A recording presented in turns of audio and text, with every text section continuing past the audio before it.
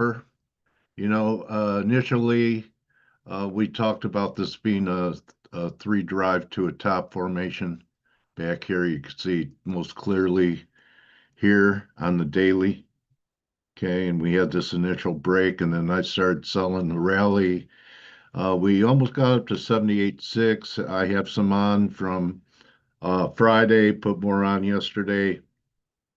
If you break this down to a shorter term chart, which I tweeted out, it looks like you have somewhat of a head and shoulders top here.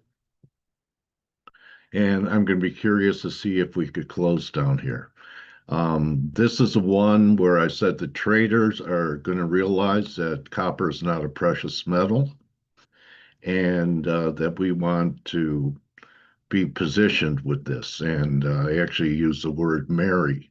So if marriage makes you nervous, at least let's get engaged, which we are if you took my ideas up here or on this bounce here.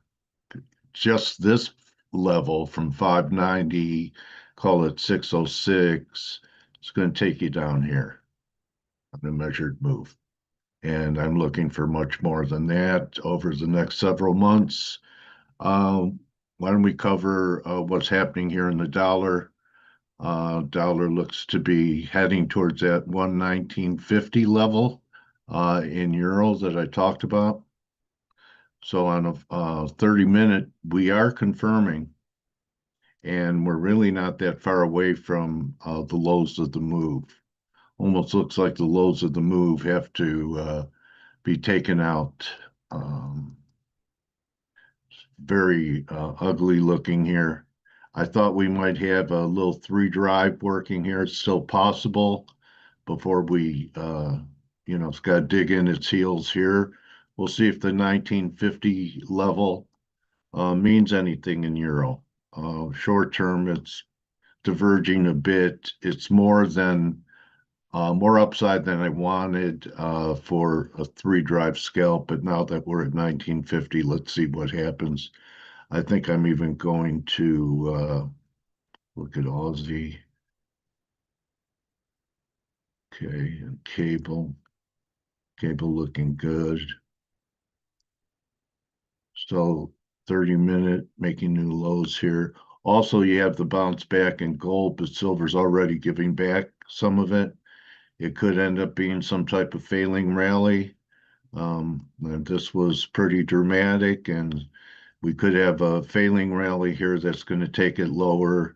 Gold silver ratio really turned yesterday. Look at this. All right. And I'm going to try the dollar here and risk under the lows. See, the euro could go to 120 is where I have an upper line, which is going to take it back to new lows. We've already cleaned out the stops here. So dollar selling off last. All right, let's try it here.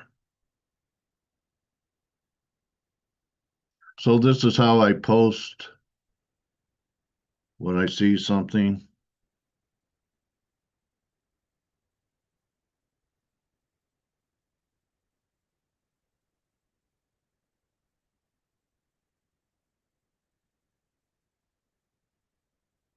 Always have a stop.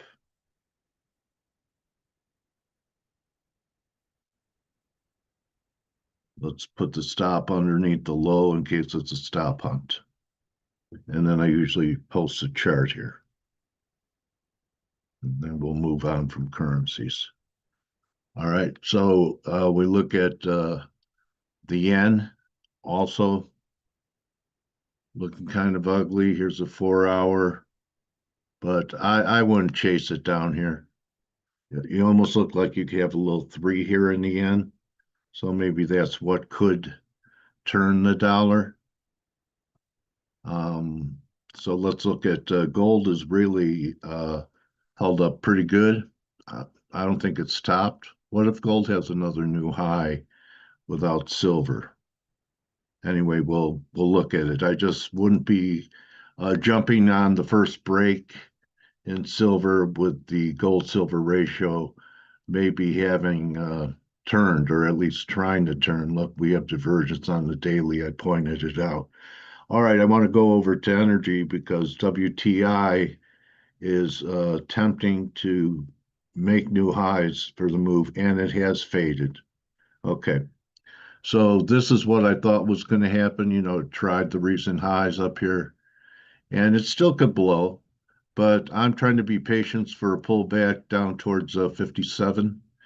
It's hard to wait when you see the armada that is built up around the Indian Ocean and what we have stationed, a pretty big battle group. I believe there is going to be a strike. President Trump, they're talking about numbers of protesters that were killed over there, and they keep going up. So he's going to do something. What kind of impact it has on oil is most likely due to whatever the reaction is from Iran. If they start to threaten to um, interfere with shipping in the Straits of Hormuz, then there's going to be some risk premium priced into WTI. And so far, it's okay to be patient and still wait for a pullback in that gas. So something to keep an eye on there. Um, I think we have a little different kind of opening here.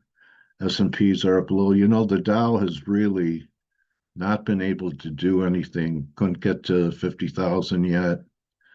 NASDAQ up a little and fading. There's divergences all over. We're not that far away from new highs. I still look at things like NVIDIA, still looks ugly to me, and then we're going to break down. Here's the semis. They look to be topping, and I talked about the Russell yesterday. That was the strength and now has become leading to the downside with the pretty negative day that it had on Friday. Let's take a look at wheat. We'll keep following the grains as well. Oh yeah, also Bitcoin. So Bitcoin, I said we could have a 3, 1, 2, 3. We did, and it bounced. Still looks negative to me. You get to the daily, we're really not that far away from washing out. I'm still looking for a washout. Still same number, 70K. Oh, and I have a guy from that does crypto market cap. Dan's going to be with us tomorrow. You have to check out this interview at 10:30 a.m. EST. Will be covering crypto, among other things. So there's your look in Bitcoin. It still looks like, this was a short, and we're still going to take out the low of this confirmed low. I think that's about it that I'm going to cover. Here's a look at the wheat. This is Techrium's fund. You buy it and hope it makes a new low. That's the attitude for getting long a campaign trade. You just have a piece on, and you don't want it to go right away. You'd rather see it continue to base, maybe diverge as a new low to build the position, but have at least a toe in the water. The beans also look okay to me. So, you have to pay attention to all the grains now. So here's corn. Beans actually look more constructive than corn. It had a nice pullback. Old support becomes new resistance right here at 1040.